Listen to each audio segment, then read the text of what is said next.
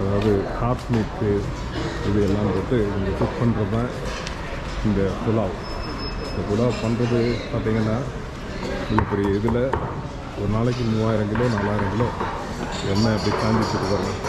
இந்த மீட் தனியாக இது தனியாக அங்கே பாருங்கள் எவ்வளோ பெரிய இதில் இது செஞ்சுருக்காங்க. இது பாருங்கள் இது வெஜிடபிள்ஸ் எல்லாம் போடுவாங்க. இதில் அது என்னென்னு தெரியல, கேரட்டும் தெரியும், பாக்கி எல்லா வெஜிடபிள்ஸும் என்னன்னு தெரியல.